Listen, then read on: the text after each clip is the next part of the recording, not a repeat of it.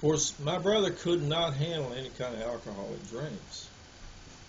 And in all the bad mouthing of people that he did, you would try to get him to not do that. And of course, you would tell him that he couldn't drink or anything. But I remember that one time at 4 o'clock in the morning, he called me up at home. He was using a payphone, and I could hear the noise in the background. And I said, where are you at? And he said, I'm in a tavern. I said, where at? And he told me, and I know that was in a black neighborhood. And I said, you're crazy. You're in a tavern in that neighborhood. I said, somebody's just going to get you, boy. He said, no. I said, this black woman here, she's in love with me. So I said, if you got your wallet, you need to put your hand on it and get the hell out of there. Because she ain't in love with you. She's about to be in love with your wallet. And he managed to survive that. I don't know how.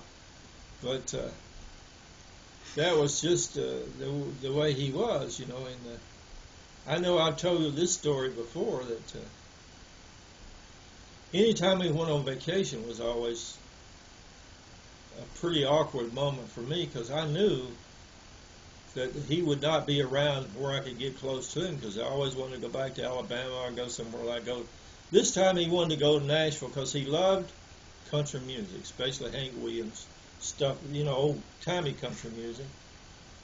And he made his way to Nashville, Tennessee.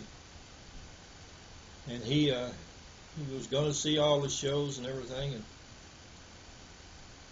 he called me up.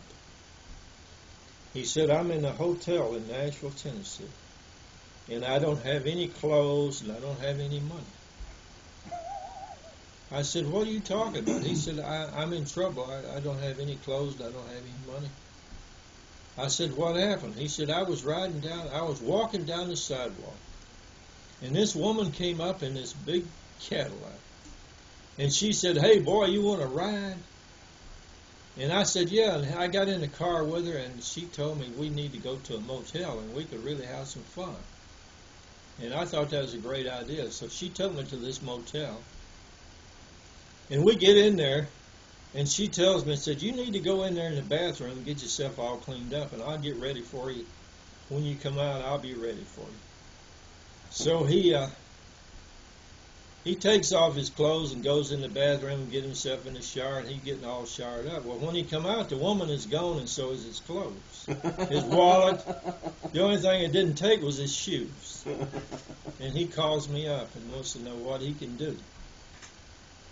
And I said, well, I thought about it for a minute, and I said, well, I can send you some money by Western Union. I said, that's about all I can do. And I said, let me go to the Western Union office. He told me what hotel he was in and everything. I said, let me call you back. So I went to the Western Union office and told him where he was at and see where the closest Western Union outlet was where he could get some quick cash. And they told me it wasn't that far away. It was a truck stop. And so I wired him some money. And I get back on the phone and I call him up and I said, now you need to here's where the money's going to go to. It's this truck stop. And I said, that truck stop's going to probably have some clothes, shirts, and pants in it. I said, you need to get your shoes on and you need to take a sheet off the bed and wrap that sheet around you and call a cab. And when the cab comes, you get in the cab and you go over there and you get this money, and then you pay the cab driver, and then you buy yourself a pair of pants and a shirt. You go in the bathroom and you put them on, and then you have that cab driver take you to the Greyhound bus station, and you buy yourself a ticket, and then you head for Chicago, because you know your way around Chicago. You can't manage it in Nashville, Tennessee. Those people down there, they see a sucker coming from a mile away. So he took my advice. He wrapped himself in a yoga outfit. A toga. I'm sorry, a toga outfit. And he called a cab and he went over and got his money and he got himself back in Chicago. And I told him, I said, man, you get yourself in the damnedest things I have ever seen. And another time he took a vacation. He went to Alabama this time. And he got hooked up with my sister Faye. And she drove him around to see some friends and stuff like that. She had enough of him. And she wanted to be rid of him, so she took him to Birmingham. And, of course, they got in an argument, and he actually hit her. Because he had got off his medication while he was down here. He probably didn't have anything to get it refilled or something. Anyhow, he was getting really bad, and she put him on an airplane to fly back to Illinois. Well, after he got on the airplane, he caused a disturbance on the airplane. And he never would tell me what it was. I suspect I knew what it was, but he caused a disturbance on the airplane, and they stopped. They made an emergency landing in Nashville, Tennessee, or in Memphis, Tennessee, and they took him off that plane. The authorities took him off that plane, and they put him in jail and took all his clothes. They had him in a jail cell without any clothes on. And he was in there until he got a court hearing. Of course, I didn't know where he was. And I had made honest effort to try to find him. And I finally found out they had let him out. The judge had just wanted to be rid of him. And the people at jail wanted to be rid of him because he was more a pain in the ass. They could see right away they were just going to be prosecuting a nut if they tried to prosecute him. So they kicked him out of jail, and he caught a Greyhound bus, and he came back to Chicago. And he came to my work. I was a general manager at that plant in Chicago. And I was in a meeting. I had people in my office in a meeting. And he came in there, and you got to understand now, he'd been in jail for several days, and he had on the same clothes. And he was wild looking. His hair is messed up, and he was just completely wild. He's off his meds.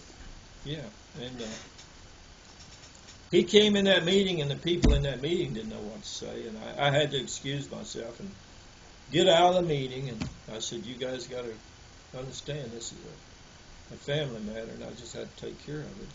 And so I put him in my car, and I took him back down to St. Luke's Hospital, and of course he had a history there. They knew that he was off his meds, and they took him back in the hospital. And they got him back on his medication again. It usually took him about 30 days to get him balanced out. And once he got back on his meds, I took him back to. I had called in to Nabisco and told him that he was, having a relapse. And they held his job open. I took him back, and he went back to work. And somehow or another, he managed to hang on to that job after many bouts with depression and other issues with him for 35 years. And then when I left Illinois, he was still working at Nabisco, but without me being there, take care of his meds and stuff, they were having a lot of problems with him. And so he had got to that age where he was eligible for take his pension. He wasn't 65, he wasn't 62, he couldn't take his Social Security, but they did have a pension program, and they talked him into taking his pension rather than getting fired. And he took his pension, and he hung around Chicago. And he finally got hooked up with my sister Patricia, who lived over in Rockford. Somehow or another, he managed to get hooked up with her, but she wasn't too happy about the deal either. She contacted me and she said, "I got your brother here," and he wants to come to you. And I said, "Well, I guess that's the name of my life." So I got in my car and I drove all the way up there, and I got him. I loaded it up and I brought him back to Mississippi. course, I had already heard the bad news from my wife. She said either he goes or I go. So what I did is I went out and bought a brand new trailer, a mobile home, a 3-bedroom mobile home, and I owned the property here, and I had them put a septic tank in and run water, and I had that trailer set up. I had it done as quick as I possibly could because I was getting it loaded up on me on both ends. You know, I had a wife on one end of me; she's laying on pretty heavy, and I had him on the other end, and I was not going to survive that. so I bought that, had it set up, paid him for it, and moved him in it immediately. Now I would have to go over there. I would usually cook and take his food over there in the mornings if I was in town or whatever. That worked out okay for a while. You know, I would do his medication and I would get his prescription refilled and I'd take him to the doctor visits and stuff like that. I stayed pretty close. Now,